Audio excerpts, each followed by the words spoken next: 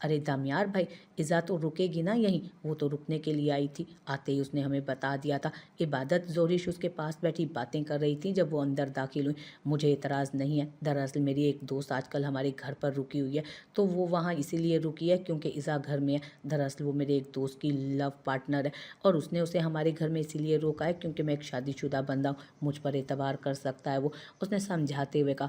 او اچھا، مطلب آپ کے گھر میں مہمان ہیں، پھر تو ایزا کا جانا ضروری ہو جائے گا۔ مشکل سے اس نے زران کو منایا تھا رکنے کے لیے، اور یہاں ایزا ہی نہیں رک رہی تھی۔ خیر اس کی بھی کچھ مجبوریاں تھیں۔ چلیں ٹھیک ہے، ہم آپ کی پرابلم کو سمجھتے ہیں، آپ بے شک ایزا کو لے جائیں۔ عبادت نے مسکراتے ہوئے کہا تو وہ بھی ہلکا سا مسکرا دیا، جبکہ اس نے ایک نظر اپنی ماں کو دیکھا جو کچن میں چاچی کے ساتھ کام کروا رہی تھی۔ امی میں جا رہی ہوں، اس نے کچن کے دروازے پر رکتے ہوئے کہا تو دامیار نے اسے ایک نظر دیکھا۔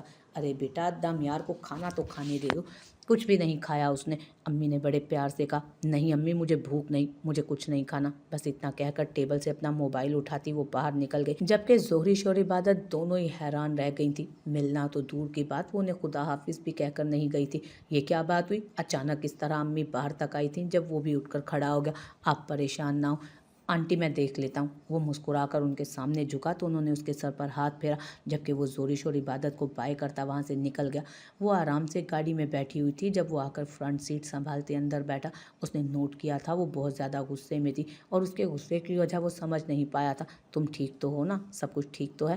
کوئی پریشانی ہے تو مجھے بتاؤ، کھانا بھی نہیں کھایا؟ وہ اس کی طرف دیکھتے ہوئے بولا، جبکہ وہ پوری طرح اسے نظر انداز کر رہی تھی۔ اس کے سوال پوچھنے پر بھی اس نے کوئی جواب نہیں دیا۔ ایزا تم ٹھیک ہو نا؟ اس نے پریشانی سے اس کے کندھے پر ہاتھ رکھا تو وہ غصے سے اس کا ہاتھ جھٹک گئی۔ او اچھا، تو تم مجھ پر غصہ ہو کہ میں نے تمہیں یہاں رہنے نہیں دیا؟ یار میں نہیں رہ سکتا تمہارے بغیر، سمجھنے کی کوشش کرو۔ اب کیا شادی کے بعد بھی تمہیں مس ہی کرتا رہوں گا؟ تم میرے کمرے میں ہوتی ہو تو مجھے سکون ملتا ہے۔ ابھی تو شادی کے شروع کے دن ہے، بعد میں ایڈجسٹ کر لیں گے، لیکن فی الحال میں ہرگز تمہارے بغیر نہیں رہنے والا۔ وہ اس کی طرف دیکھتے ہوئے بول رہا تھا جبکہ اس نے اس کی بات کا کوئی جواب نہیں دیا۔ پلیز یار، کم سے کم بات تو کرو، میں سمجھتا ہوں تم ناراض ہو مجھ سے۔ دامیار پلیز گاڑی چلاؤ چپ چاپ، میں اس وقت تمہاری کوئی بات نہیں سننا چاہتی۔ تمہارا بس چلے تو تم ساری زندگی میری بات نہ سنو، لیکن پلیز اس طرح پریشان مت ہو، تمہاری پریشانی اور اداسی دیکھ کر مجھے برا لگ رہا ہے پلیز، وہ بڑے اداس لہجے میں بولا، جبکہ ایزا کوئی بھی جواب دیے بغیر دوسری طرف دیکھتی رہی۔ اس کے کوئی جواب نہ دینے پر وہ خاموشی سے گاڑی چلانے لگا۔ گھر آنے کے بعد بھی اس کی خاموشی نہیں ٹوٹی تھی۔ گھر آتے ہی وہ سیدھا اپنے کمرے میں چلے گئی۔ وہ گاڑی روک کر اوپر ہی آیا تھا، لیکن ایک نظر باہر بیٹھی زیبائش کو دیکھنا نہیں بھولا تھا۔ فی الحال اس کے منہ لگنے کا کوئی موڈ نہیں تھا، اس لیے وہ بنا اسے مخاطب کے اوپر چلا گیا، یہاں تک کہ اس کا ہیلو بھی اگنور کر گیا۔ اس کی اگنورنس پر وہ تپ کر اپنے کمرے کی طرف چلی گئی۔ آج تک کسی نے اسے اتنا اگنور نہیں کیا جتنا دامیار شاہ اسے بے وجہ کر رہا تھا۔ وہ اسے جتنا امپریس کرنے کی کوشش کر رہی تھی، جتنا اپنی طرف راغب کرنے کی کوشش کر رہی تھی، جتنا اسے ادائیں دکھا رہی تھی، وہ اتنا ہی اسے نظر انداز کر رہا تھا۔ اس کے سننے میں تو آیا تھا کہ دامیار شاہ ایک رنگین مزاج قسم کا انسان ہے، عورتوں کی خوبصورتی سے وہ کافی زیادہ امپریس ہوتا ہے اور عورتوں کی خوبصورتی کی پوری قیمت بھی ادا کرتا ہے، لیکن یہاں اسے دیکھ کر تو ایسا محسوس ہی نہیں ہوتا تھا۔ وہ تو کوئی بہت ہی ان رومانٹک قسم کا انسان تھا۔ اسے دیکھ کر تو ایک دفعہ بھی اسے محسوس نہیں ہوا کہ وہ اسے اپنی طرف راغب کر سکتی ہے۔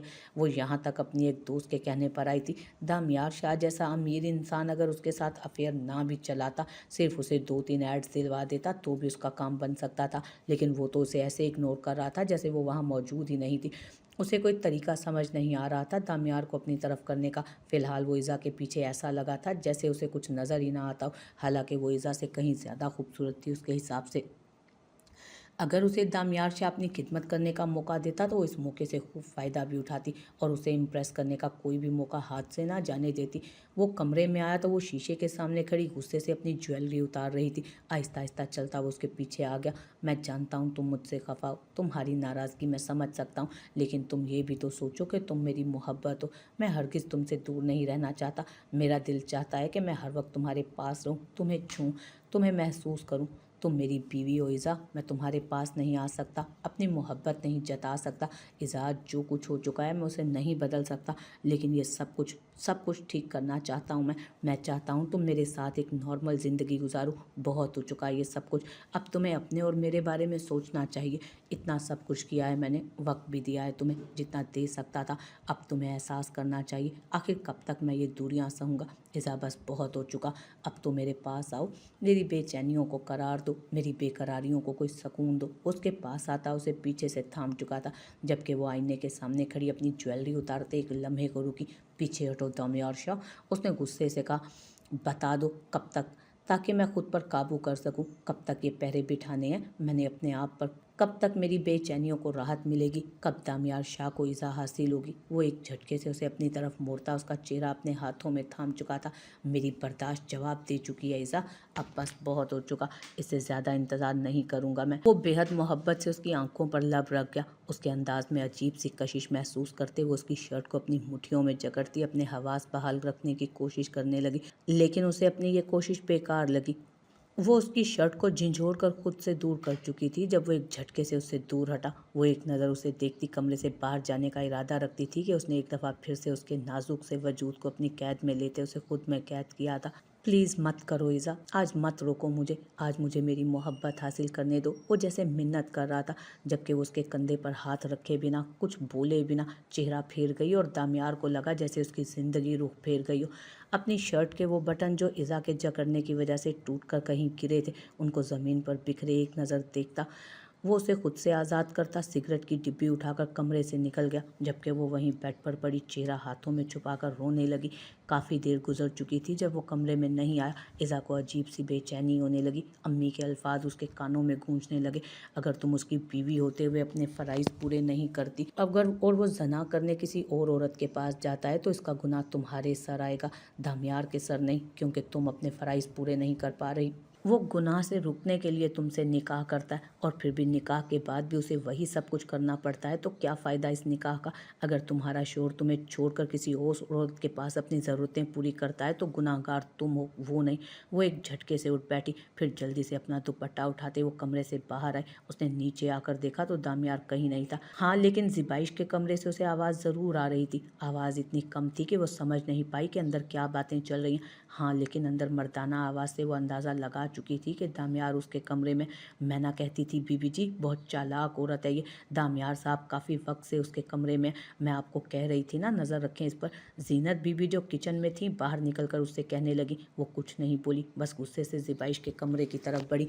उसने गुस्से से दरवाज़ा खोला जहाँ सामने वो उसे बेड पर बैठा नजर आया, जबकि ज़िबाइश गुस्से से अपना सामान पैक कर रही थी। ओह, इज़ा भी आ गई। इज़ा, तुम्हारा दिल तो बहुत बड़ा है ना यार, मैं कौन सा सारी ज़िंदगी तुम्हारे हक पर कब्जा करके बैठने वाली हूँ। सिर्फ चंद दिन की बात थी, मैं मजबूर हूँ इसलिए यहाँ आई हूँ। लेकिन तुम तो कम से कम मुझे नया घर मिलता है तब तक तो रहने दो मुझे। वो उसकी तरफ देखते हुए बोली तो वो एक लम्हे में समझ गई थी कि दामियार उसे इस वक्त घर से बाहर निकाल रहा है। पता नहीं उसके जहन में ये बात कैसे आई थी कि दामियार आधी रात को उसके कमरे में कुछ गलत ही कर रहा होगा। मुमकिन था कि वो गुनाह से बचने के लिए उसे घर से निकाल रहा, क्योंकि जिस तरह की वो हरकतें कर रही थी कोई भी शरीफ इंसान अपने ईमान से डगमगा सकता था। वो तो फिर दामियार शाह था जिसने सारी ज़िंदगी यही सब कुछ किया था। आप कहीं मत जाइए, यहीं रुके, हमें कोई एतराज़ नहीं। और दामियार शाह आप कमरे में चलें, हमें ज़िबाइश के यहाँ रहने से कोई मसला नहीं है।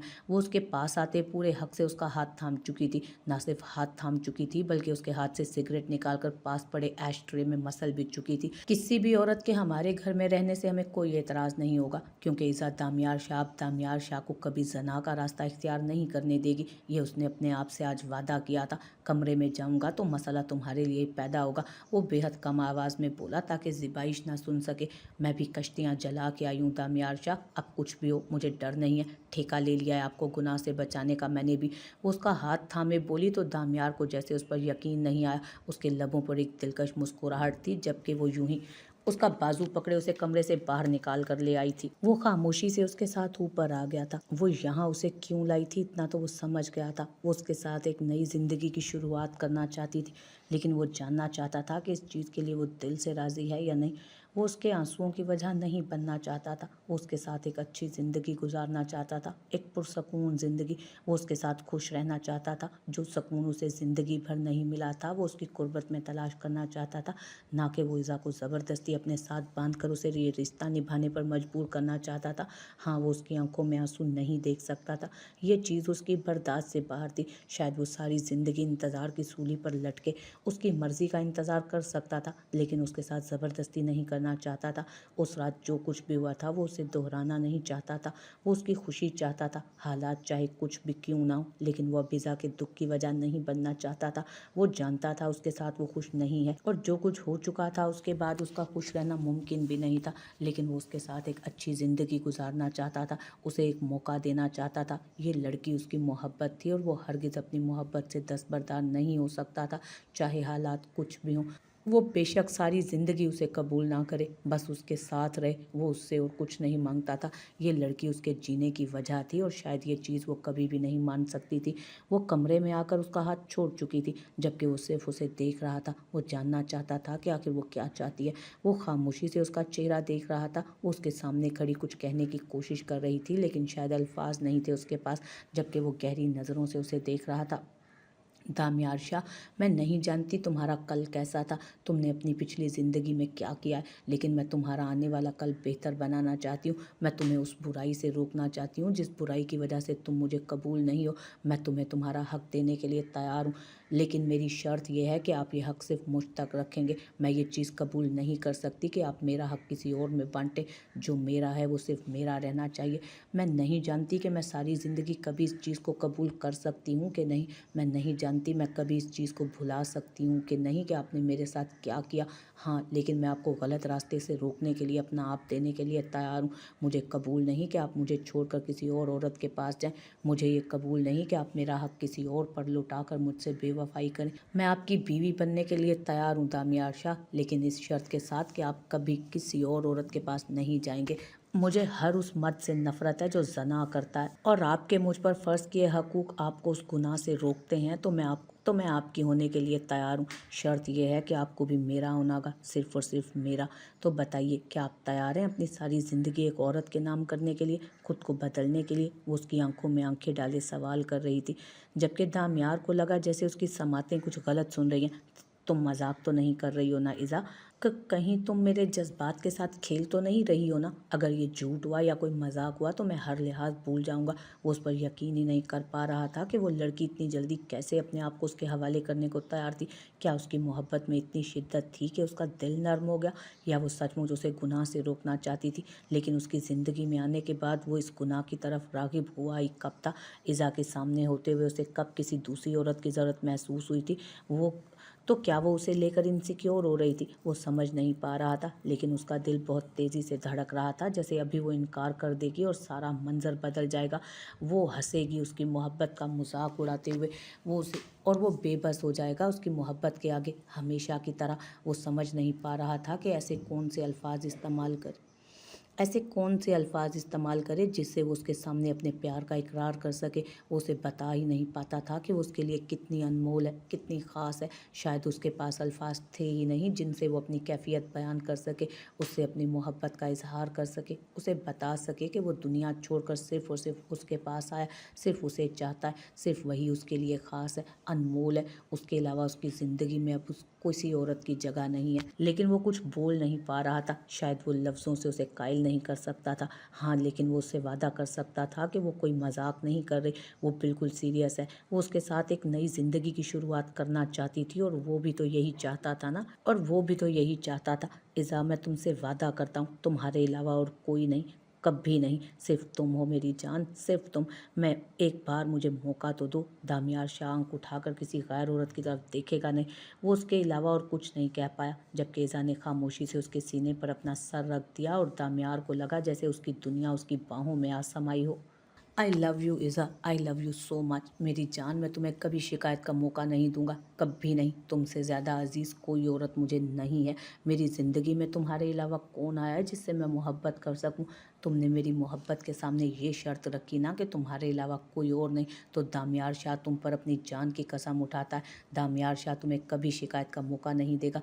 वो खुद मिट जाएगा, लेकिन किसी गैर औरत की तरफ आंख उठाकर भी नहीं देखेगा। मेरी जान की कसम, मेरी जान की कसम, मेरी इज़ा की कसम, तुमसे पहले ना कोई मेरे लिए इतना अजीज़ था और ना ही तुम्हारे बाद होगा। वो उसका चेहरा अपने हाथों में लिए उसके चेहरे को चूमते हुए बोला था। उसकी दीवानगी अरूज पर थी और इज़ा का बदन सूखे पत्ते की तरह कांप रहा था।